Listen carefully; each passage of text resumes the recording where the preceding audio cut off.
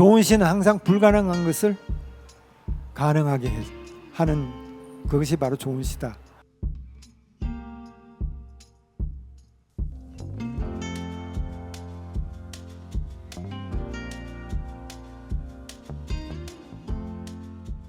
자, 여러분들 인류세라는 말을 요즘 많이 듣고 있죠.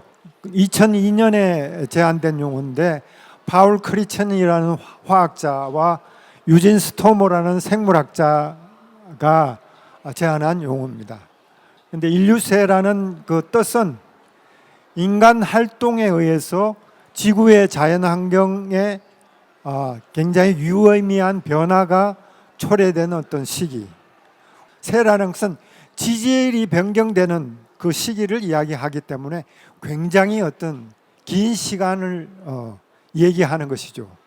인류가 바로 지질의 변화를 일으킬 정도로 이 지구의 환경에 영향을 미쳤다.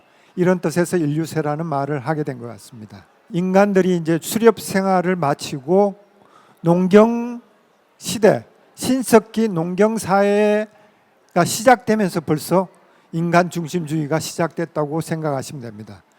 이 인류세로 인해 가지고 생태 위기를 지금 겪고 있죠. 그러면 인간 중심주의에서 어떻게 우리는 벗어날 것인가?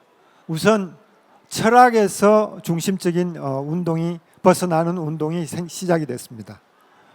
여러분들 아시는 들레즈와 가타리가 안티오이디푸스라는 책을 1972년에 발간을 하는데 그 책에 보면 인간은 물론 모든 존재자를 기계로 보자라는 제안을 하게 됩니다.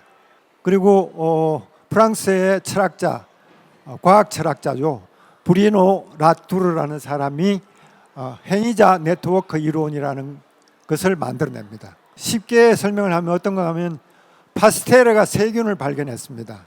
그런데 지금까지는 파스텔레는 세균을 발견한 사람, 우리는 그렇게 알고 있죠. 그런데 이 브리노 라투르에 의하면 파스텔을 혼자 만든 게 아니라는 거죠. 세균을 발견한 게 아니고 그 당시 파스텔레와 파스텔레의 실험을 지원한 단체, 그 다음에 현미경이라든지 어떤 실험 도구, 뭐 이런 것들까지 다 그 세균을 발견하는데 한 몫을 했다.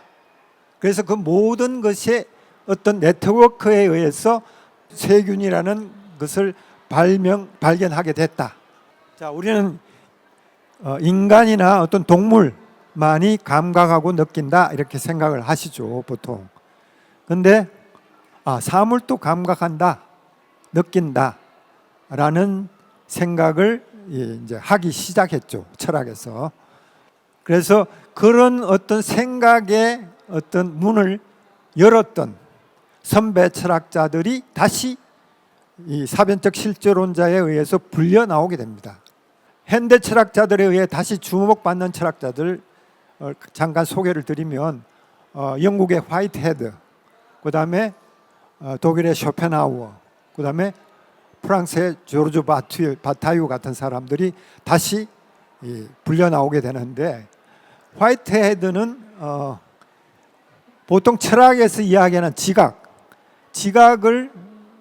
지각이라는 것은 우리가 감각적으로 뭔가를 갖다가 이 감각을 통해서 알아차리는 게 지각이잖아요. 그런데 그 지각을 두로 나눕니다. 두 가지로 나눕니다. 하나는 현시적 직접성, 하나는 인과적 효과성, 이렇게 둘로 나눕니다.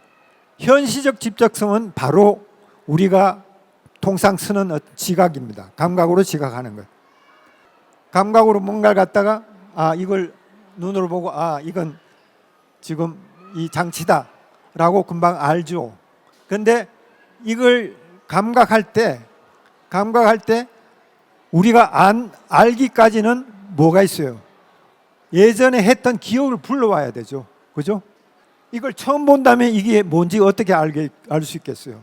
그러니까 처음 본 사물들을 마주 봤을 때 이걸 딱 봤을 때 예전에 이걸 본 기억을 불러와 가지고 이게 뭐다라는 것을 알게 됩니다. 그보다 더 넓은 개념이다라는 것이죠. 그러니까 일종의 어떤 추상적 원리 같은 것인데 어떤 힘, 쇼펜하우의 제자가 니체거든요. 니체가 힘이라는 얘기를 하죠. 이 힘이라는 게 바로 쇼펜하우의 의지라는 데서 나온 겁니다. 그러니까 사물들이 갖고 있는 사물들이 자기 존재를 지속하려는 의지, 이런 것이 바로 의지다. 인간만 갖고 있는 의지가 아니라 사물과 식물과 이런 것들이 다 의지를 갖고 있다라는 길을 열어놓은 게 또 쇼펜하우다, 이렇게 생각할 수 있습니다. 우리가 봤을 때 그러면 사물은 어떻게 경험하고 있는가라는 이제 의문이 떠오르죠. 심리적 철학자 토마스 네이걸이라는 사람이 1974년에 박쥐의 경험은 어떠한 것인가라는 논문을 발표하게 됩니다. 그러니까 인간이 아닌 다른 생물의 경험, 인간의 경험과의 비교를 통해서 말할 수 있는 것과는 확실히 다르다, 독립되어 있다. 인간의 경험으로 다른 것들의 경험을 이해하려 해서는 안 된다, 이렇게 생각을 했습니다. 박쥐가 되는 것은 분명 어떠한 것일 테지만 우리는 결코 그 어떤 것 자체가 무엇인지 상상하거나 말로 표현할 수 없을 것이다 라고 얘기를 했죠. 그래서 우리는 박쥐의 생각에 접근할 수 없다고 그렇게 말하고 있습니다. 우리는 우리 자신의 모델로 박쥐의 경험을 의인화해서는 안 됩니다. 우리는 그것이 비인간적이고 우리와 다르다고 해서 박쥐가 전혀 경험하지 못할 것이라고 주장해서도 안 된다, 이렇게 토마스 네이걸이 얘기를 했습니다. 그러면 이와 같이 우리가 알 수 없는 그 객체들의 내면에 대해서 어떻게 표현할 수 있을까라는 고민을 할 수 있겠죠. 표현하기는 비유를 통해서 이루어집니다. 경험의 주관적 특징은 언제나 전적으로 실제적인 채로 있을지라도 객관적으로 완전히 재현될 수는 없다. 제가 어느 날 해지는 노을을 갖다가 봤어요. 너무나 아름다웠어요.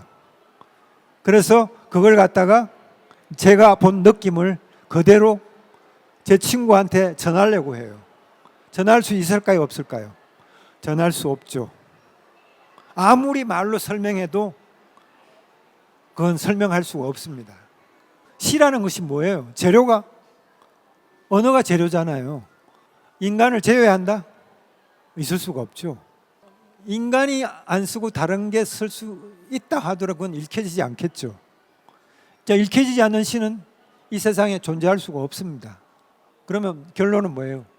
좋은 시는 항상 불가능한 것을 가능하게 하는 그것이 바로 좋은 시다. 여기까지 제 말씀을 마치겠습니다.